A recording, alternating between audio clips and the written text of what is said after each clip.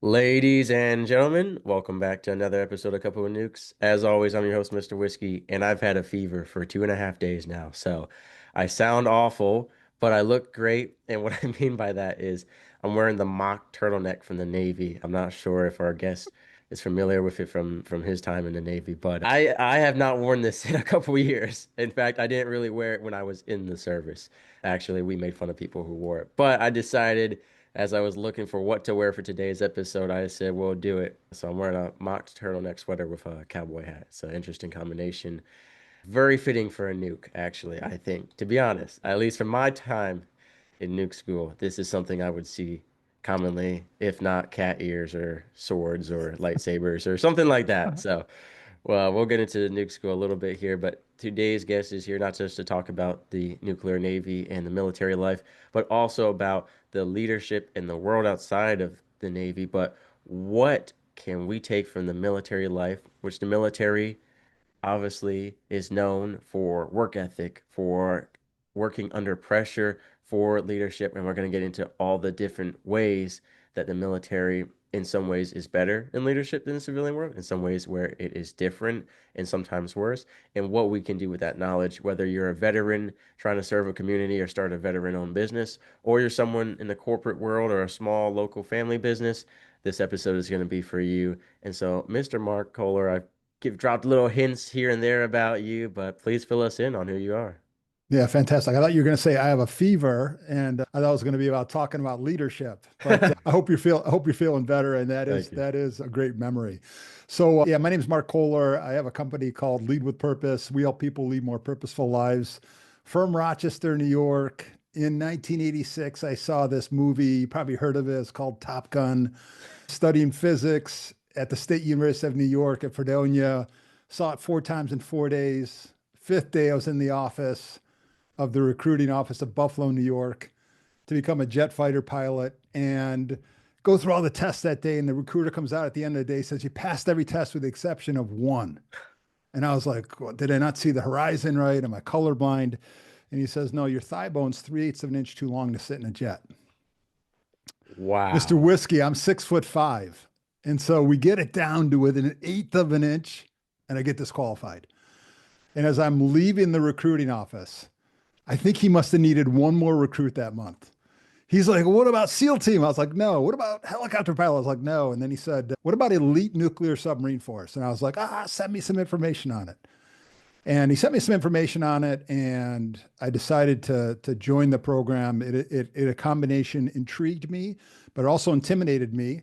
And I wanted to challenge myself. And that's how I got into nuclear submarine force. I call it my 1/8 of an inch moment Mm. because an 1/8 of an inch, I would not be involved in the submarine force. I'd probably be living in Pensacola, Florida somewhere, be married to someone different. And, we all have these different times in life where we have our 1/8 of an inch moment, but I look back on it and I feel fortunate to have then been gone down this path of nuclear submarine force and then got out. And I was a turnaround CEO for many, many years and took a lot of the leadership principles from the nuclear submarine force, applied them to companies to help them get fully engaged, fully aligned, and highly adaptable teams. So it's been a fantastic journey and excited to be here today with you in the audience. I just can't help but feel like it's ironic, basically being like, sir, you're too tall to go in a jet, but a submarine, by all means, that makes zero sense to me. And I will say, ladies and gentlemen, if you've never been on a submarine, they Yeah. are small. The one I was trained on was actually much smaller than the regular ones.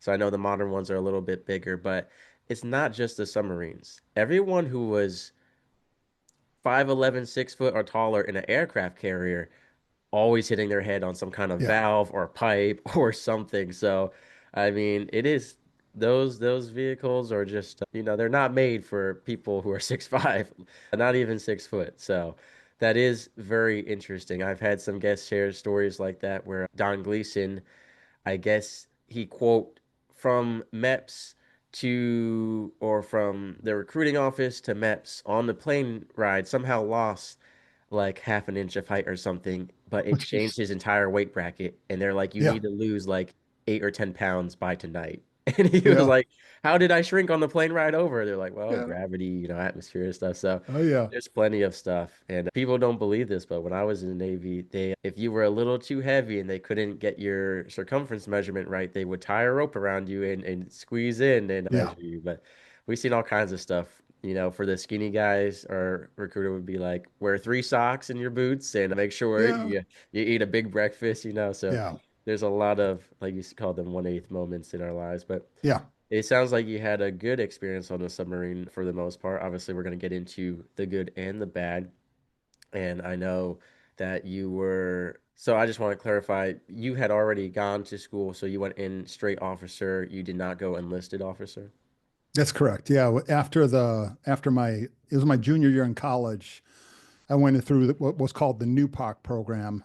And so I was in my junior year in college, finished my degree, and then went through the officer candidate school and then everything. And I will tell you, I was cursing the recruiter when I finally showed up on the submarine 16 months later. I was like, what the heck did you do to me? Because it was tight, very tight. Yeah, for sure. Yeah, it is. So, besides the I'll call it the physical stress of always leaning over and having back problems, what would you say mental health wise was your experience from when you first got in, during, and then when you got out? Did it get better or worse? Were there good days, bad days? How did you kind of experience that, especially as an officer? Yeah, so I think, if you can imagine, I know you can, but if the audience can imagine, now it's an $8 billion piece of equipment. It's a cold steel Yeah. tube that's 300 feet long. You're cramped in between, nuclear power plant, guided missiles. And, for months on end, you're rebreathing the same air. You're living in fluorescent, sunlight on missions critical to national security. And so that stress and that strain, at first, it was extremely exciting because it was, wow, we're underneath the surface of the ocean. I can tell you for the first like 7 days, I didn't sleep because I was like, oh, there's water outside. Ooh. And then, Yeah. yeah, and then I got to be so tired. And also I had to learn how to trust the other members of the crew. Because when we were on watch section, everyone was trusting us while they were sleeping and they were doing what they needed to do. And I needed to learn how to trust everyone else. So, the qualifications, you went through it. The qualifications are brutal. You have to sit all of the different watch sections. You have to be able to draw every single system that's there.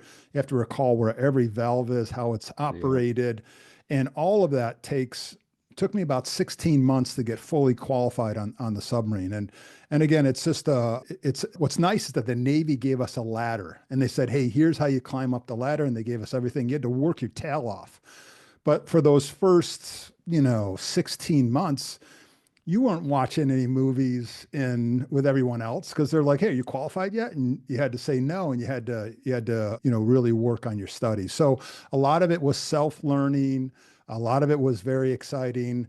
I would tell you when I got qualified to lead on a mission critical to national security in the watch section, that was really, really exciting. And I can't, we can't say too much about what we exactly did. But at the end, what I would share with you is that the stress and the strain of being out at sea 10 months of the year, again, completely isolated from loved ones, no sunlight, no fresh air, that ultimately built up. And at the end, I was burned out. And this was during a time, Mr. Whiskey, when they were going through a reduction in force. And so we had two submarine tenders. So when we came into port, there was all this work that needed to be done. And typically we would get off and the submarine tenders would do the work. Well, they got rid of one of the tenders. So we went into shift work when we came into port.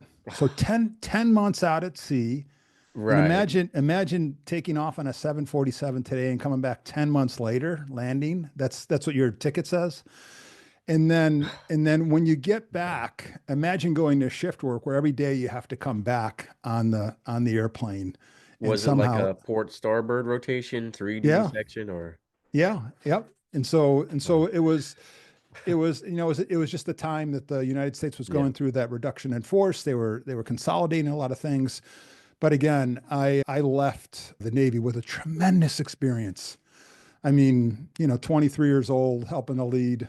Now it's 130 crew members, average age 23 years old. And to put it in perspective, this, Mr. Whiskey, if you put it in today's perspective, it's 30 millennials leading 100 Gen Z. There's no baby boomers, there's no Gen X on board current U.S. nuclear submarine. And there's not just one of those out there 24 hours a day, there's 50 of them out there. So the framework that I was exposed to, this fast attack framework, was extremely powerful to help young people to thrive in dynamically changing disruptive environments. And that was an extremely powerful experience that I had. But at the end of it, I got burned out and I actually left the Navy. Right. There's a lot to go over. The first is comedic, which was I was thinking you're talking about getting used to the submarine. Can't sleep for the first 7 days. And I won't share what color the inside of a submarine is, but you get used to one specific color a lot. In Yes. fact, when I first went on board a submarine, my petty officer in charge of us, he said, "All right, everyone, write down this time, this date. This is the day that you were introduced to XYZ color, and this is going to become an important part of your life. You're going to have Yeah. nightmares about this." Yeah. And what really made me laugh is we had a joke as nukes, and you hinted at it. Is there's machinist mate, electricians mate, electronics technicians, ELTs, all different ones. For those who don't understand, basically the nuclear part of a submarine or aircraft carrier, it's a lot of moving parts. And to have one person, we nicknamed them the super nuke in charge to know all of that. I mean, it's Yeah. you talk about the school already being difficult. They describe it as drinking water through a fire hose, right? It's Yeah. it's extremely difficult to then know everything else that every other subrate knows. I mean, it would be insane. It's a lot. It's already a high stress rate, high suicide rate, high burnout rate. But we used to joke, if I was an electrician's mate nuclear, everyone thought I was a mechanic based off personality, and I always hung out with mechanics. It was funny when I graduated and they said electrician's mate, petty officer Yeah. whiskey. Everyone said, "You're an electrician's mate?" Like Yeah. the whole school, they thought I was a mechanic. And I Yeah. used to go up to people and be like, "Oh, you're a mechanic? Name every valve on the submarine then." We Yeah. used to make Yeah. that joke. But like you said, valves, gauges, you're monitoring if you're an electrician, there's so much going on. So it's definitely a high stress job. On top of, like you said, watch. On top of one of the things you mentioned that is so important is the way free time works when you're living on board a sub or aircraft carrier. Do you really have it? Because I imagine for civilians listening, imagine you go home from work, or imagine you don't go home. You just stay at work, you change outfits, and your boss is still walking around, and he sees you. He's like, you could be doing something else to improve yourself for the job. I mean, you can't relax really, let alone people are like, well, I'll just go sleep. Well, I don't know. Were you hot bunking on your submarine? I wasn't, but we did have people who were hot bunking. Yes. Yeah. Right. And for those who don't know what that is, that's basically where during the day shift, someone's sleeping in a rack, and during the night shift, you're sleeping in the rack. I've heard stories about that, and it's interesting. I don't want to share my space. I'll say that much. I don't know Oh many yeah. people who would. Yeah. Um, Imagine just for the listeners, imagine a coffin. Imagine where you're laying on your back and 18 inches above your head is the top. And you're literally in a coffin where you can't sleep side to side. It's only 6 feet long. Like I'm 6'4". I was gonna And say I don't know, 6'5", 6'4", depends on the day. I was gonna say I thought a rack was cramped, and I'm 5'10", so I can't imagine. I'm yeah, 5'8". I just lied. I'm 5'10" with cowboy boots. I can imagine how you must have felt because I felt cramped. I mean, yeah, it's like you said, it's right in your face, the ceiling of your bed, and then you've got two more people above you, or one more, however it is, and then like a foot across from you, you've got the other set of racks, depending on where you're at least on an aircraft carrier, and everyone's snoring, or some people are reading with a light on, which there's I remember one of my friends just made a poor call, and he was like, "Mr. Whiskey, it's so quiet in this hotel." He said, "There's no diesel, there's no steam, there's no 1MC." He goes, "It's kind of eerie." A lot of people think, and I know there are times where the submarine goes absolutely quiet, but there's always some kind of noise internally. So I mean, It's definitely interesting. And are you able to You tell us? probably remember this. There was a vent, and through that vent you could hear the sounds like white noise. And when that noise went away, you knew there was some type of emergency on the submarine, and you would automatically wake up, like searching for the noise that you're constantly 24 hours looking for. One other thing, Mr. Whiskey, as the audience might not know this, we were on 18-hour days. So we were on three 6 hour watches. And so they found it was a lot of mistakes happened in hours 7 and 8 of a watch instead of 3 8 hour watches. So they went 3 6 hour watches. So your circadian rhythm was totally screwed up. And think about doing that. And like you said, you don't go home. You're living at your place of work, and you can't go take a ride. You can't go say, hey, Right. I just had a problem with Mr. Whiskey. I want to go take a walk, or I want to go work out, or I want to go do this. Like you have to face, one of the things we always had was like we always ran towards the fire, because if a fire broke out in a submarine, within 1 minute, you had to somehow get some type of extinguisher on it. You had to put a mask on that would help you to breathe. And that's a really powerful metaphor, not only for underneath the surface of the ocean, but it's a very powerful metaphor for business today. A lot of times we have conflict and we run away from the Right. conflict. And it's not running towards the conflict with gasoline. You don't run towards it with fire, but we have to learn how to be able to communicate and address those different types of conflicts that are happening in business today. So like run towards the fire was a big thing that we used in the submarine force, translates really well to being a successful leader in business. Yeah, the submarine fire was probably my turtleneck in the dryer anyway, but I'll say basically from what I've heard on submarine fires. But what I will say, and that's interesting because I lived with civilians for a while and I had been in the habit, the military, at least nuclear navy, trains you like you empty the lint trap every time you do laundry. You don't leave it for someone else or this, that. Yep. And when I lived with civilians, it was always full. And every day, every time I did laundry, I was emptying this out. I'm like, y'all are gonna start a fire. Yeah. It's like Yeah. emptying it out. But speaking of, talking about what transitions well to the civilian world, in the military, and you find this out the hard way if you don't do it, is you try to handle everything on the lowest level possible first. Peer to peer. If that doesn't work, your LPO or whoever is above you. If that doesn't work, their supervisor, right? You could go all the way up to the captain if you want, or to third parties in the military, inspector general, whatever it may be. In the civilian world, I've found that it's should be the same, but a lot of people like to go run and tell whoever it is, corporate or the boss or whatever. In the military, I felt like you learn faster than the civilian world the the power and the peace of peer-to-peer level communication because in the military, when it goes higher up, it comes down a lot harder. We have a saying, I'm sure you've heard it, one team, one fight. And I've seen a lot of sailors put onto sinking ships. And, I've seen people who you know, the group punishment. And it's the same way in civilian world. There's always one person who ruins it for everyone. You mentioned conflict in the submarine. That was one of the reasons too I chose the aircraft carrier. Because if you don't like someone, there's a chance you'll never see them again. The aircraft carrier is that big. Yeah. In the submarine, Yeah. you're gonna see them 5 minutes later. I mean, I met someone new every day on the aircraft carrier. Yeah. And if you Yeah. want to get away from someone you didn't like, you could, So I think that was one of the plus sides. But I think it's important because at some point in life, you're not going to be able to. Sometimes in life, you'll be on an aircraft carrier for a while. Maybe that's the job you're at now, the Yeah. family situation you're in. But at some point, things are going to get more close quarters, so to speak.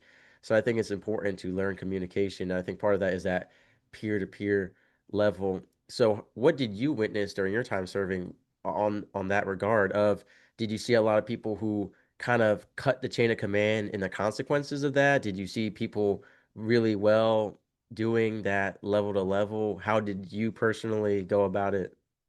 Yeah. So great question. In the submarine force, one of the sayings, one of the mottos is either we all come to the surface or no one does. Mm, I like that. And that meant more than just us physically coming to the surface. it meant if we have 130 crew members and 120 are on plan to be qualified and what they need to be qualified, but 10 aren't, it was incumbent upon the 120 of us to make sure that they had everything that they needed so that they could be successful. And so when you think about communication and conflict that happens, it was always very important. Like if we ever went to the executive officer and said, "Hey, this is happening," and everything, the executive officer, the first question he asked me back would be, "Have you talked to that person already?" Right. And a lot of times people just hadn't.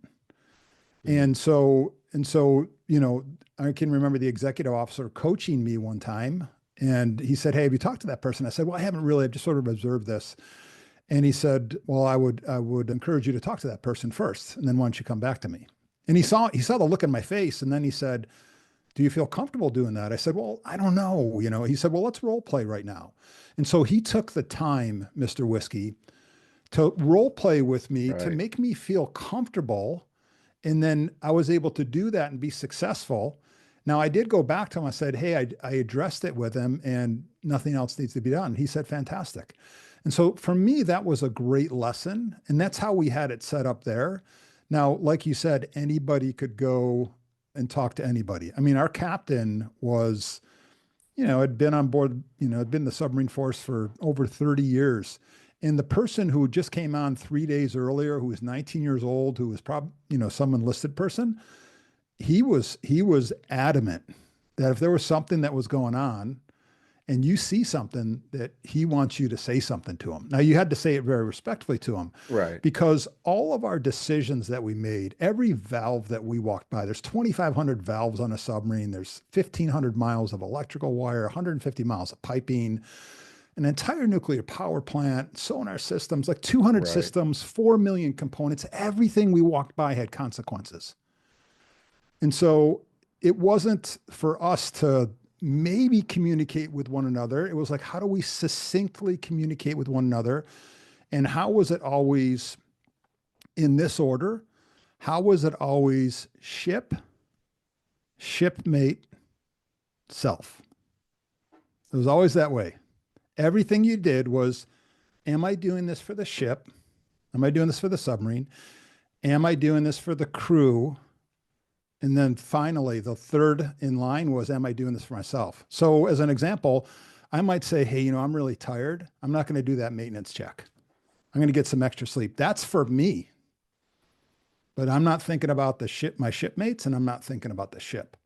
And so, having those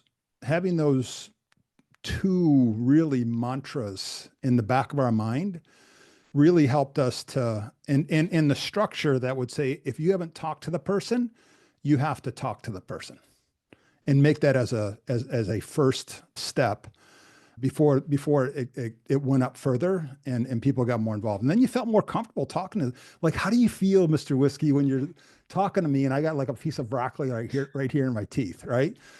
You feel uncomfortable about it, but it's like, hey, you should say something to me. And, if there's things that are going on in a submarine, I might just look bad on this podcast if I have a piece of broccoli in my teeth. But if a person turns the valve wrong, I mean, it could scuttle the $8 billion submarine and the 130 crew members and be something that's heard around the world. So it was that uncomfortableness and helping us to get through that really helped us to have what I call crucial conversations with each other.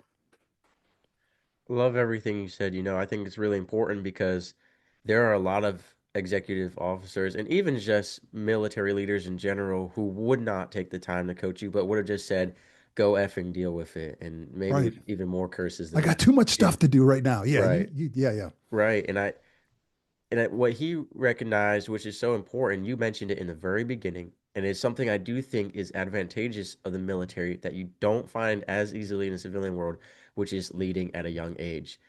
Theoretically, in the naval nuclear program, if you Yeah. join when you're 17, turn 18 at Yeah. the end of boot camp, Yeah. and you go through the school with smallest T track section, you push through the school, you by 18 or 19 could technically end up as a nuclear instructor at prototype if you got picked up for JSI/SPU. So you could Yeah. be at 19 teaching people how to operate a submarine, Yeah. and or even at It's awesome. Yeah, 18, 19. That's amazing. Awesome. And that's not just the nuclear navy. Most people are 17, 18, 19 when they join. Whatever rate you go for, whether you're a photojournalist, you're a boatswain's mate, nuclear aviation, right? There are a lot of opportunities for leadership and not just your job. Yeah. Yep. One of the things we've talked about that kind of sucks about the military is there's a lot of random watch stations that pop up that are part of your job that you didn't think would be a part of your job that your recruiter never mentioned, but there are opportunities. Right. You're laughing because it's true, you know. I I'm mean, thinking of all of them that I had to like, even hey, you're a sit nuclear myself. operator. Yeah. By the way, you need to sit in this office and answer the phone for the next 8 hours from midnight to 8 a.m. on a weekend holiday. What? I Yeah. got one phone call. It was the XO's wife, and she said he still isn't home yet. And he looked at me. He said, you know, Yeah. Yeah. or Yeah. whoever it was. It was someone, some higher Yeah. up's wife calling saying he still hasn't come home yet, and I'm mad. And he said, I'm busy working, you know. Yeah. When one time someone called and tried ordering a pizza, like genuine, and we were like, Oh "This my is our gosh. reactor admin office. We don't know how you got this number, but Yeah. we don't have Yeah. pizza here. It's radioactive. It might turn you into a Teenage Mutant Ninja Turtle kind of pizza." But Yeah. I think like you said, what one of the downsides of that, so to speak, is that young leaders do require a little bit more of coaching, especially if they haven't had it prior in their life. Some people joining the military had no parents, had no mentors. Maybe they're running away from something or they're trying to start a new Yeah. life. Now you put them in charge, either voluntarily or often involuntarily. And like you said, if they don't have social skills, how are they going to go talk to someone? Whether someone who was bullied their whole life, I mean, now they're going to go up and tell someone they're wrong, Yeah. let alone someone who has been on a submarine for years longer than them. Yeah. That's not, of course, anyone, even Yeah. that captain who's been on for 30 years could turn a valve wrong, right? Mistakes happen, especially when complacency starts to spread. So it's still intimidating, though, to go to someone and say you're wrong, especially when they turn around and say, hey, I've been doing this longer. You just mind your own business. You know, there could be a lot of harsh reactions when you try to hold people accountable. In Yeah. fact, I kind of let myself be intimidated once. I was standing on an electrical operator watch, and there was certain stuff happening with the submarine, and I needed to do something called shift the electric plan a certain way. And this officer said, Mr. Whiskey, do it XYZ way. And I said, that doesn't make any sense. It would be more practical and more likely for our survival in the simulation to do ABC. XYZ is going to endanger us and risk all of us dying. Yeah. And it was kind of that situation where uh, he's an officer, but I had been standing and watch a lot longer than him and Oh was yeah. qualified, and he had failed his qualification for it. And I decided I really wanted to say, sir, respectfully, I have the watch. We're not doing that. But I let the intimidation factor come in and I shifted the electric plant how he wanted. Well, whoever was the engineer who Shut it came down. in, who just did that? Why are we Like, doing it that way? why? And Yeah. I said, well, Officer at ABC said to do it XYZ. And he said, what, how did you want to do it? I said, I want to do it this way. I explained why. He goes, you had the watch, you're experienced. That's a new officer, Yeah. right? Don't let the rank intimidate you. And I really regretted that. I really regretted it. My pride was hurt. It could have endangered lives if it was a real situation. And that's even though it was a simulation, I mean, the pressure put on you in like Sure. I will say the Navy nuclear simulations, they are you feel like you can feel the pressure, you know. Yeah. Same with boot camp, you know. I mean, the military is designed to break you, you know, to a degree for growth, to learn. And Sure. so I think like you're talking about holding people accountable and having those conversations is so important. But the age demographic of leaders in the military when they first come in, I mean, it's very difficult. So, what would you say? I mean, what can we do as parents, as mentors of the youth to help prepare them to have these kinds of conversations? I mean, I think it's got to start at home, right? Yeah. So I think it does have to start at home, but this isn't something that you're born with or there's an unalterable factory switch Right. that you come with. So when I reflect back upon my time in the submarine force, I remember the captain of our submarine. He knew the submarine in and out better than anyone else. He'd been in for 30 years. He'd been on 6 different submarines. So Yeah. he knew exactly where every valve was. And he expected us to know that stuff too. But when something came up, as an example, I remember us being in what's called a JamDive situation. I was on the control in the front of the submarine, and we were running a drill. And the drill was we were 400 feet below the surface of the ocean, and we were going all ahead standard. And I look over at the captain. I said, Captain, ready to secure the drill. And he said, Mr. Koehler, all ahead flank. So all ahead flanks as fast as you can go. Can't tell you how fast it is. And you know how fast it is, Mr. Whiskey, but it's really fast. And the drill monitor takes and pushes full down on the stern planes. The submarine, 5,000 tons of steel, lurches towards the bottom of the ocean at a 40-degree down angle. Now, the diving officer who is there says, passing through 500 feet, Mr. Koehler. The captain looks at me and he doesn't tell me what to do. He says, what are you going to do, Mr. Koehler? He asked me a question. Wow. Now, I had forgotten the code word that I was supposed to say. And I'm like, hey, the code word's in my mind. I'm thinking the code word's in the back of the control room. But by the time I go back there and come back, we're going to be at crush depth. That's when the diving officer says, passing through 600 feet, Mr. Koehler. And the captain looks at me and says, Mr. Koehler, save my submarine and crew. Now, he didn't actually say it like that. There was another word that was in there. It started with an F. Right. But as the diving officer says, passing through 700 feet, Mr. Koehler, I am frozen. The captain sees that I'm frozen and he says, attention to control. This is the captain. I have the con. And he says, JamDive. Those were the two words that I was fighting to find to tell the crew what to do so that we could combat that situation. Now, I was crushed when this happened. And I can remember the captain of the submarine pulling me to the back of the control room. He and I were there privately. The submarine's leveling off. It's starting to come back up to 400 feet. And he said, Mr. Koehler, you're doing so well. Like, what happened? And I said, yeah. He goes, I've practiced that hundreds of times, Captain. I just blanked. He said, okay. He said, but where was the answer to your problem that you had? I said, well, it was in the back of the control room, but we would have been at crush depth. And he goes, okay. He said, but the answer was here. Where was it? And I said, I don't know. And he said to me, do you think anyone in your watch section knows the answer to this? Now, mind you, you know this. The members of the watch section are very talented, been on board for 20, 25 years. And I said, they probably do. And he said to me, why didn't you ask them for a recommendation? And I said, and I was a junior officer. I was learning how to be a leader. And I said, well, Captain, I'm supposed to be the leader here. I'm supposed to have all the answers. And if I ask them a question, it shows I don't know it, and it's going to make me look like a fool. Now, we were alone, and he said this to me, and I had a really strong relationship, but he said, what do you think you look like now? And he smiled as he said that. Right. And he said, yeah. he said, Mr. Koehler, we've put a watch section around you, 9 members of the watch section. They're very talented. We've put them around you because you're going to have situations that come up where you're not going to know how to handle a situation, something you've never seen before. You can have situations come up where you're blank. And you need to know that you can tap into that team to help solve a problem and manage change. I don't want you to feel like you have to have the burden of everything that's on top of you. Now, the captain, like just as I shared that story, I just shared probably 8 questions that the captain asked me.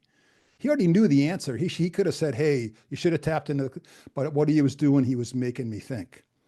And this goes to the core of the submarine force is that you are asked questions all the time. And what it does, National Training Laboratory, Bethel, Maine, shows that if you tell someone something, 24 hours later, they're about 10% likely to remember it. If you just ask them one question back, like, what do you think?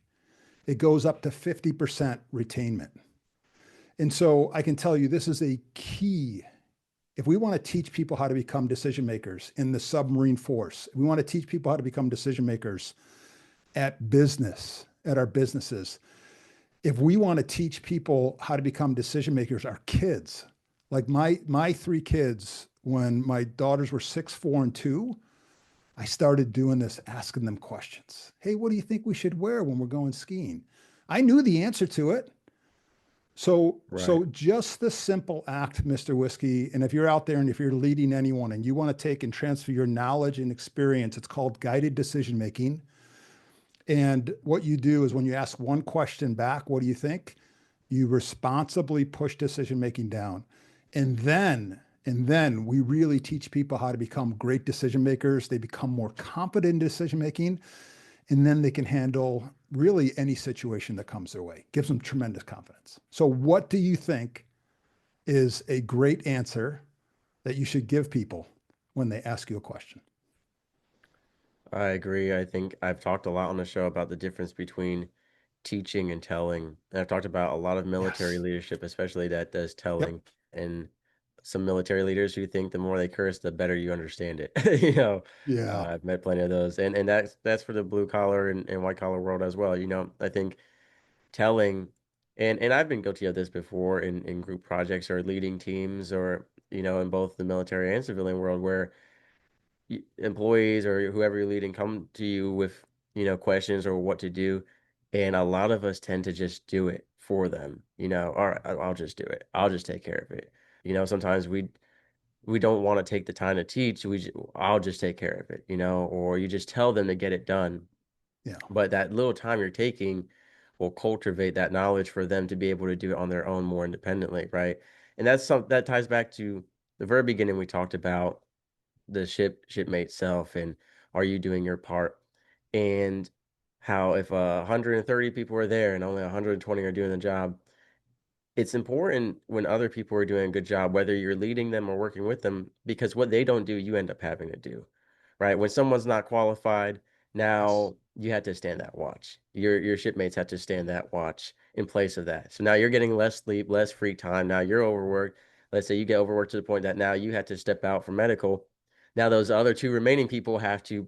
split the watch, so it funnels downhill really fast. So it's important to make sure that you're doing your part and that everyone else is doing theirs. And, the more you do yours, hopefully the more people will do theirs and holding them accountable. So I want to talk a little bit about the transition out. We've spent a lot of time with the nuclear Navy, but you said you left. You said you left because you got burnt out. Was the burnout because of internal personal issues? Was it external factors from the military life or from something calling you in the civilian world? What was the whole culmination of all of that? Yeah. Just, I think it was being overworked. Yeah. I mean, the captain of my submarine, I mean, I did have a previous captain and he was a teller. He was a teller and he Hmm. was a yeller. And I didn't learn a lot from him. The new captain who came on board was very coach like, cared. I think it was just being overworked and burned out. Again, you don't 10 if you say I'm working 10 months of the year on the submarine, the time that you have off, quote unquote off, you're still on the submarine. You're somewhere in the ocean. You Right. can't you can't do anything. So I think it was just total burnout. It was just way too much work. And I talk to CEOs a lot about this now too, is you can have everyone deeply connected to the mission. You can have them all loving the job that they're doing. I loved the Navy. I loved serving. I loved the crew that I served, the highest performing team that I ever served on. But it was just tremendous burnout. And I can tell you during those RIF years, that reduction in force years, a lot of people got out. So I got out because it was too many hours of work. Right. And I want people to understand. I've tried explaining this before to some of my civilian friends. I felt like the military was a time warp where 2 weeks military time was not the same as 2 weeks civilian time. And they were like, well, what do you mean? I said, look, a lot of military members, not only do we work longer hours, but we're awake for longer hours. Half Yeah. the time we do watches overnight, especially in a nuclear program. Or if you work security or galley, you're doing overnight stuff, you're doing holiday stuff, right? When you're awake for more hours a day every day, it adds up. So when you say you were on a submarine for 10 months, it was 10 long months. It was long days, right? Minimum free time, not There's de-stressful no free weekends. There's no time, weekends right? off. Yeah, no Saturday, Sunday off. Right. No, and it's not like there's paid overtime or holiday pay either, right? It's all voluntary, involuntary most of the time because you get stabbed with these random tasks. And it's not just that, on top of there's always, it's not like you qualify and then you're done. You got to requalify. You got to always learn more. People are always pushing you to learn more. Yep. They always come out. They make so many changes in the military. Here's a new training we have to do. Here's a new testing we have to do. Here's a new qual we have to do. Every if the amount of times my day off was actually we're gonna muster and do something. I mean, that's the worst. The worst was a Saturday morning emergency muster the whole nuke school base to do a shave check to make sure everyone was still shaving on Yeah. a Saturday. I'll Yeah. never forget that. That was the worst, one of the worst moments in terms Yeah. of like ridiculous. But there's always stuff going on. Cybersecurity, physical fitness training, there's a lot. And again, on top of the hard to sleep environment, I know guys who cannot sleep without a red light now after being on the submarine. Wow. I know some Yeah. people who were training with one before they even went on. And it's a lot. So when you talk about the burnout and stress, I get it. Yep. It's the long days, sleepless nights, holidays. Plus, can you talk a little bit about you have this submarine family, but most likely, you know, you can't, yeah, you don't have a phone, right? So you're not calling or FaceTiming family members. Maybe you're emailing them depending on what's going on, but for certain missions, there's no contact at all. Maybe you're making port calls. It all depends on what's going on. Maybe you make a port call and out of the 3 days you're in port, two of them you're working and you can't go, right? Or there's bad weather Had that. conditions, Had it, that. it happens. I That's one of my beefs with the Navy, so to speak, was one of their biggest selling points is port calls, go on these amazing trips. And then my friends were Yeah. calling me saying, Mr. Whiskey, we were only there for 2 days and it stormed one day and we couldn't get it to the port. And the other day I had Hmm. duty. So Yeah. I missed the entire port call. Or Yeah. everyone on the ship did their job except for one aviation squad and they failed their drills, so they canceled a Hawaiian port call. Yeah. You Yeah. know, so the Yeah. there's a lot of depending factors. So can you talk about the isolation aspect? Because again, you're surrounded by great people.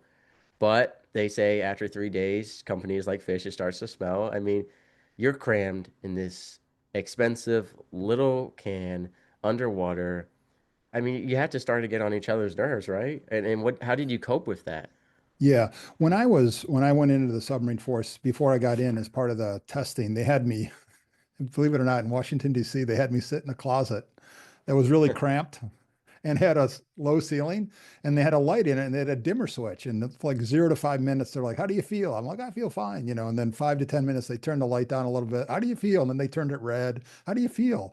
And like I was fine. I was, even though Now I'm do it for very, 10 months. very, very tall. Yeah. So I think, I remember leaving San Diego, and you leave on the surface. It's beautiful, and you're on top, you're in the top of the sail, and then you have to get everything ready to go under. And I can remember I was the person who would take the hatch and close it on Wow. ourselves. And so The I last can person to remember, see yeah, anything. I can remember like feeling the sun rays on my face and taking that last like breath of fresh air, and then closing it and going down. And you go down, this, you go down into an environment that has the most advanced technology in the world. Every square inch is the technology that's going to help you to complete your missions critical to national security. And that's why you don't have enough bunks, and some of the people are hot racking, is because some people are sleeping in between the torpedoes because it's like, hey, we don't have enough room for sleeping, but we need all of this equipment. So being under fluorescent light, fresh food is gone after about 12 days. Like our supply officer used to keep 12 real eggs, and they wouldn't crack them. They would keep them there. And like 4 weeks later, you would see those eggs and you would think they just have them in a little thing, and you'd think they were the fresh eggs, but they were serving us powdered eggs. And then slowly, over time, all the food is gone. I can remember being on a 60-day mission. We got extended 15 days, and then we got extended another 8 days. And the only thing left was Uncrustables. lima beans. And so we had lima bean pancakes, we had lima bean sandwiches, we had lima bean steaks, Get and creative. and to this date, I can't eat lima beans. And I will tell you that I also saw the movie with Patrick Swayze, Roadhouse. I saw it 86 times, and I saw it in 86 days. And he always found one thing. But when you're under that type of stress, over an extended period of time, and then every 6 hours you're playing three-dimensional chess in the ocean. It's extremely stressful. And, like you said, on 18 hours, we would get like maybe 3 hours of sleep. And that 3 hours of sleep was always interrupted by they'd run a fire drill, they'd run the flooding drill, you have to get out of your rack and all of those types of Yeah. things. So I think the stress of that over an extended period of time. I will tell you, Mr. Whiskey, 2 years after I got out of the submarine force, my wife, who became my Heidi, became my wife, she got me a massage, and the woman said the knot in your back is something I've never seen before I believe it. because stress, it starts getting into like a knot. She released all of it. She goes, "How much do you want me to release?" I said, "Hey, go hard on it. Go hard at it." And she released all of it. 3 hours later, I'm not a person who cries. 3 hours later, all of those toxins were released inside of my system. And literally, I was sitting there crying. My wife's like, "What are you crying for?" I go, "I don't even know." And come to find out, it was the 6 years of stress that had built up in that one knot. And it finally got released. So, I think that's the environment. It's hard for people to really understand that environment. I think you Right. understand it, but it's a different environment. And when you open that hatch for the first time again, it's the best feeling to feel those sun rays, to feel that fresh air, to see the dolphins coming off the top of the submarine. Oh my goodness, I can't imagine it. Yeah. One other thing was the communications piece you talked about. Today, I think they have some type of email system where you can email back and forth. Back then, we got 6 family grams. So we got six. There was pieces of paper you could hand out. You can hand out six of them, and they had little dashes on them, and every dash was a word. And so your loved ones could write something, and those were always very cryptic. They didn't use the words or the. It was like a cryptic message that you had to piece together. And I got to tell you, I was a communications officer on board. When those would be downloaded, it was literally like Christmas in the submarine because it was that reach to the outside world that someone who cared for you sent you a message. And I can tell you, Mr. Whiskey, if I got one and you didn't get one and we were sit and watch together, I would give you mine and go read this because you needed some type of connection too. Yeah. And I would know when you got one that you would probably share it with me. So think of Wow. six one-way communications. You can't respond back. And so that's the type of environment that we lived in. Wow. One memory you brought back was, getting off a watch and you worked all day. Now you had watch from like 2000 to midnight. You go, you get in your rack, you pull the blanket over on our aircraft carrier. Man overboard, everyone rush there. And then if someone can't be found because someone didn't mark something down, now you're standing there for an hour waiting to go to bed. You got to wake up at like 4 a.m. to shower and get to the Yeah. chow hall. So yeah, the drills in the middle of the night, toxic gas, radiation. Oh man, yeah. And then That's our submarine, if it was a fire and you didn't get a fire team there within 1 minute, they would pack everything away. do it And then within again. 10 minutes, you would run it again. Yeah. But that just tells you how really important it is that I mean, that's a true life and death situation. So, Right. but it was very challenging. So Right. I really like how you said for the civilians listening, imagine getting on an airplane for 10 months. And mind you, no windows. There are no windows and there are no flight attendants. But the that bathrooms are pretty sound, similar. The yep, bathrooms are pretty similar. I will say that, about the same size. yeah. And not as nice, Bathrooms are depending. similar. That sound that you hear, that humming sound, Mm. is like constant. You can lay down at least, but Yeah. imagine, one third of 2/3 of the people up, one third sleeping. Oh, yeah, just Oh yeah. And however, like if you're in the window seat and someone's in the aisle seat, that's about how much space you have between racks, yeah, maybe depending where you're at. yep. And like you said, sleeping between the torpedoes. Imagine you're sleeping up between the luggage bins, stuff like that. Right. So it's a bad time. So you got out, and can you tell us about that transition? So you get out, obviously, I mentioned now you have a podcast, you do speaking, you have Sure. books, right? All that stuff. I mean, what was the journey? to there from? Because getting out is a huge identity change, it's a huge purpose Yeah. change. There's a lot that goes on. You already had a lot of baggage from the military that you're taking with you as well. Yep. You mentioned a wife. So how does this all play together? Yeah. So I got out. I got an opportunity to go work at Honeywell. It was a fantastic opportunity. Love that opportunity.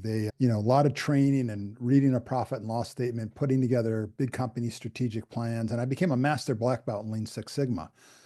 Loved all of that. One of the things that was hard as a transition, and you'll know this, in the submarine force, when we said we're getting underway at 1300, which is 1 o'clock in the afternoon, and when we said we're getting underway at 1300, we didn't get underway at 12:59. We didn't get underway at 1301. We got underway at 1300. So one of the challenge that I had, Mr. Whiskey, of transferring to the civilian, business was that someone would say, "Hey, I'll get you that by Wednesday at 1 o'clock. And then you'll be able to Right. work on it. We'll get a proposal back to the client." Well, I can't find the person at 1 o'clock. In the submarine force, your word was your contract. Everything, your word was your contract. And so I can remember one time where I couldn't find the person until the following day at like 11 o'clock in the morning. I said, "Where's the stuff?" He goes, "Oh, I'm so sorry. I was out with my girlfriend last night." And I Right. was, I was just like, so for me, that became a little bit of a challenge. I adjusted to it, but because that would really frustrate me. And so that was one of the challenges that I had shifting to civilian life. Also at Honeywell, it was hierarchy, took forever to make a decision. Mm. This in the submarine force, we would make 8 decisions in like 10 minutes. And the first 7 decisions were totally wrong, but we would make it, and then we'd course correct, course correct, course correct, course correct. And that would help us to get to the eighth one, which is correct. What I found in businesses, and I still find this sometimes today, is that people are so worried about making that mistake that they freeze and they don't make any Mm. choice at all. And so a lot of times when I was transitioning, I was like, "Hey, just make a decision. You can always make another decision. It's not your final decision." And then you Right. can you can always course correct to success. So I think that's one of the great things that I brought to businesses was this ability to say, "Hey, it's okay if you fail. Now, if you fail multiple times in the same exact thing, then that's a problem with training, and should that be your job? But as long as you were trying to make a decision and get to the solution, and you finally got to the solution, I think that's one of again, a lot of hierarchy and structure when I got out. So because that took so long to happen, Mr. Whiskey, I decided to jump off when my kids were 8, 6, and 4. Instead of climbing Honeywell's corporate ladder, I wanted to be at every back to school night and choir performance and soccer practice. And I jumped off and I started doing strategic management consulting. Now I tried to take all the tools I learned at Honeywell, apply them to these businesses that were struggling. And I was smart enough to see that they weren't working. They were putting more structure in place. And so what I did is I just went back to my time in the submarine force and started really analyzing 130 crew members, average age 23 years old, operating a $1 billion piece of equipment, missions critical to national security. How do we make that happen? When I peeled everything back, there were 2 keys to our success. Number one is we had in the submarine force, we had in everyone is a leader mindset. And here's why. When a fire breaks out in the engine room, the person responsible for putting out the fire and leading the team is the person closest to the fire when it breaks out. Hmm. So look at in other, like on an aircraft carrier, they'll have a damage control, right? And everyone's, "Hey, call damage control." You were the damage control. If you were the cook and you were walking by in the engine room and the fire breaks out, you don't call someone. You step in, you step up, and you lead. So I think that was like one of the keys to success. And then the other key was, we already talked about it a little bit, was we had this really strong culture where best described by either we all come to the surface or no one does. We're all helping each other out. We all had each other's backs, and we all trusted one another deeply. And so when I think about when I went into these companies, a lot of times there was a lot of structure, there was a lot of hierarchy. People were afraid to make decisions. And what I found is just deeply connecting people to the mission of what we're doing was really important. Viewing everyone as a leader and telling them I viewed them as a leader was really important. And here's why. A lot of people wake up and they go like, I wasn't born a leader. That's someone else's thing. Right. And I always say, I believe that we're all born with a leadership toolkit inside, and it's not what we don't have, it's what we don't use. And so the second thing that I found to be really successful as part of the framework, first, deeply connect everyone to the mission. You know this on our submarine, there was never any confusion about what mission we're on. Number two is Right. everyone is a leader. And number three is we operate in a matrix framework. And everybody, like if you're an engine room upper level, you're the person leading the fire and you're the electrician, or if it's flooding, doesn't matter. Flooding is something mechanical, but you're the electrician. You're the one leading, everyone else follows. And then we had this ability to shift and adjust on the fly. So I think, making that transition, I went from Honeywell, which taught me tremendously powerful tools, but I was also able to see the dysfunction that happens in companies where they have a lot of hierarchy and too much structure. And then it forced me to go back to the time in the submarine force and create fast attack leadership, which is that 5-step framework that nuclear submarine officers use on top secret missions that anyone can learn so they can create fully aligned, highly adaptable, world-class teams. So that's my journey. I just shared that in 3 minutes. That took me 20 years to develop, though. Right, right. What I'll say is, right, like you said, that course corrected progress is better than no progress at all. I definitely agree with that. Like you said, a lot of people are afraid to make those decisions. I think when, at least on the aircraft carrier, I'm sure it was the same on the submarine, because you already mentioned it with the firefighting. Same with if you came across a casualty, someone had a broken Yeah, leg, someone fell down a stairwell, someone was bleeding, whatever right. it was, there's a certain type of reporting you do, and first step is man in charge, and that's who is there right now. That's you. You're the person who Yep, discovered it, and maybe someone else will take over when they get there, right? But for the time being, you have to take care of it. Especially there are certain situations where there is going to be no backup. yep. We always preach forceful watch team backup, but sometimes it's just going to be you. And I think on the submarine, that isn't a choice. It is what it is. You have to be able to be in charge. I think in the civilian world, in businesses, workplace cultures, some of them develop this mindset of they have the ability to push off. Well, that's a manager's issue, or that's corporate's issue, or that's not my problem. Yeah, yeah, I think it's actually a lot of civilian world workplace cultures or myself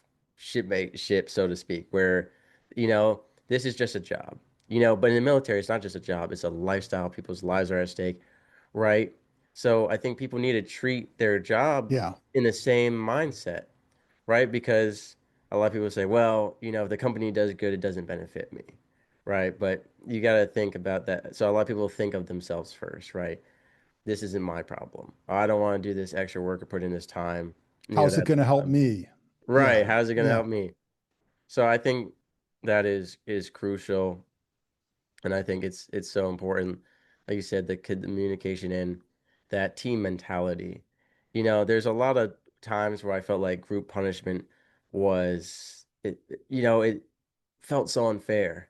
But I guarantee you, if liberty was taken away for a whole group because of one sailor, there wasn't yeah, going to happen again. yeah, But I think there's a balance to be had with it. And I want to talk a little bit about, you mentioned your guide. I want to talk also about your podcast, Surfacing Leaders. sure. Surfacing, I assume, being a play on words there.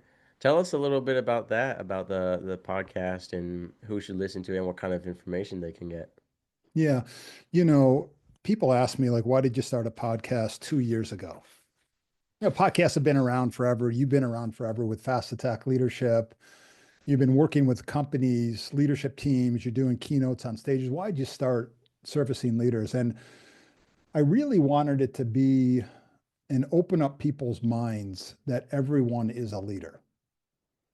I really wanted to do that. And I wanted to find where leadership is happening in places where we either don't know it's happening or where it's happening for some very, very young people, a lot of Gen Y and Gen Z, because that's the future of our workforce. And so I wanted to be a little bit like the dirty jobs sort of approach, where it's like, hey, what are the jobs that are going on? Really, where is leadership? Because I think a lot of us, me included early on, we overcomplicate leadership. Right. But leadership is a set of, 6 simple things that you do every single day. And it's the simplicity of doing those things. The power is in doing them every single day. And it's like establishing those atomic habits, if you've read the book by James Clear. And so I wanted it to be something where I would have a conversation and someone would see themselves either in me or they'd see themselves in the person who I was having the conversation with and say, oh, if Mark considers that to be leadership, then I know how to do that. And then I open up someone's eyes to view themselves as a leader. That not only changes their approach and how they view their life. Now, you can't just say pixie dust, poof, you're a leader, right? But I think the number one challenge is that we're our own number one challenge, that we don't view Right. ourselves as leaders, that we think someone else is a leader, that we have to, Mark's a nuclear submarine officer and he $1 million spent on him and all that stuff. Yes, some people might be intimidated by that. I wanted to start conversations where I get down to the essence of leadership and then people see themselves in that conversation and then take that first step and go, hey, I think I want to try that.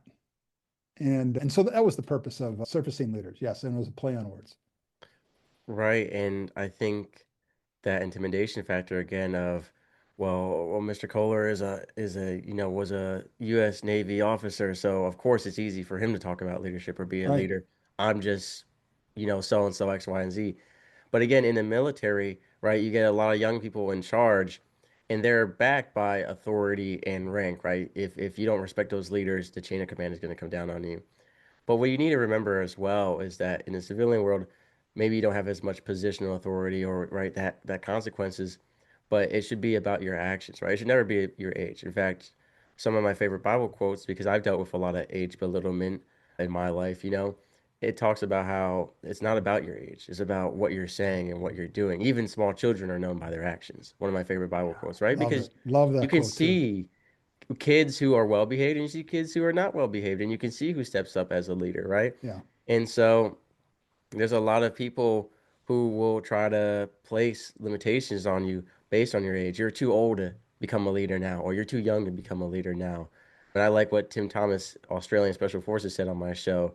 He went to join the Special Forces. They said, you're too old to join it. He said, maybe when you were this old, you couldn't do it, but I'm not you. And I love that mentality of, we're all Yeah. at different places, right? And so I Love it. think it's so important to not focus on labels so much, right? Just do it, take the action, right? If you come across a scene and you want to take action, then do it, So I think so many people are intimidated by, like you said, by titles, by overthinking, by overcomplicating it. Yeah. There sometimes you'll say it can't be as easy as just, speaking up or taking that next step. But a lot of times it is, and we just think I think there's a lot of glamorization of leadership. It's this huge thing. It is special. It is important, right? People's Yeah. lives are on the line, people's businesses, people's lifestyles, people's well-being, their money. But at the same time, don't over glamorize it where now it's an intimidation. It is a position, but it's about your actions and your words. And I know you talk a lot about leadership. You talked about your fast attack and your 5 steps. Is that different from Leading with Purpose, your book, or are they kind of one and the same? How do those two play together into all of this? Yeah. So leading with purpose has 3 phases to it. And the first phase is we help people to distill everything down onto a single page. And what we're mimicking, Mr. Whiskey, is, we had a 1 page captain's orders on board the submarine. And Right. this surprises some people. They're like, what? You had 1 page? I go, yeah, but it would change constantly. What's the plan of the day? And Right, right, right. everybody could look at that. Posted in a couple different parts of the submarine. It's like, so how do you distill that down first? And then what we do is we teach the leadership skills that you and I were exposed to in the submarine force of how do you push decision making down responsibility. We have 3 courses that do that. And then we have 3 courses that are about encouraging people. How do you coach, mentor, and teach the people that you lead? So that is the Lead with Purpose program. And then out of that, you earn what's called a Fast Attack Leadership Certificate. And those are specifically 5 things that you can do to Mm, become a fast attack leader. And these are things that you do on a daily basis. And you can implement those immediately. So one is really a framework that happens over a 6 or 9 month period. The okay. other one is like I'll give the fast attack keynote on a stage, and it'll be 5 things that you can implement today, and I can teach those to you in an hour. And that's really fun because then people start going, oh yeah, I can do that. And then they start going, hey, I'm a leader. So yes, they sort of overlap with one another. Fast attack is really in the middle of Lead with Purpose as a program. Right. And we're going to have your website in the description below where it has your books, your podcasts, your speaking, how to get in contact with you. I think we've talked about a lot of great things, and it's always great connecting with someone from the nuclear Navy and hearing words I haven't heard in a while. When you Yeah, said shipmate self, I felt a chill go down my spine. I haven't heard those words in a while, and what I want you to leave us with is we talked about the power of questions and cultivating thoughts and the difference between teaching and telling. You and I have told a lot here and we sure. have taught a lot here. What question would you leave with everyone in relationship to leadership or life in general to have them really think about it and cultivate some growth here? If you look at your company, if you look at your family, how do you view every single member of your family? How do you view every single member of your company? How do you view every single person in the world? When you're going up to a barista and getting a coffee, when you're seeing someone who's cleaning, how are you viewing them? Because if you're not viewing, when you start viewing people as a leader, every single person, your mindset shifts for everything about how you interact with those people. So, I would say you're working at a company that has 200 employees. You can say, hey, we have 10 leaders leading 190 employees. And it's competing against the company that has 200 leaders. Which company is going to win in the long run? It's the one with 200 Right. leaders. And so the question you should ask yourself is, how are you viewing everyone in your company?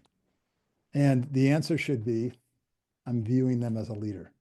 If you do that, your mindset will shift on your interactions with them, how much you're going to pour into them, how you're going to treat them. Well, Mr. Kohler, thank you so much for coming on the show. I think we discussed a lot, and I want everyone to focus on that question there. And, when you find the answer, do something with it. Don't just let it sit. Don't just throw it Yes. away. Reach out to Mr. Kohler if you want to share the answer, and he can give you some great information on what to do with it. Or if you think you know what to do with it, implement it into your life now. But again, Mr. Kohler, thank you so much for what you do for your service to this country in the Navy and for what you're doing now to help everyone become a leader. Okay, thanks. Yeah, and if you want to reach out, all our social handles are Mark Kohler Speaks. We'll put them down below. I'd love to hear if you do implement something. But Mr. Whiskey, thanks so much for having me on today. Sailing through the ocean blue, nuclear reactors my crew, guiding the ship, the stars as our guide, through the waves we ride, jokes and laughter fill the air. On this voyage we have to share, working together, side by side, as one family we will abide. In the heart of the ship we reside, nuclear operators with pride, powering the vessel with every stride. Our mission, a source of great pride.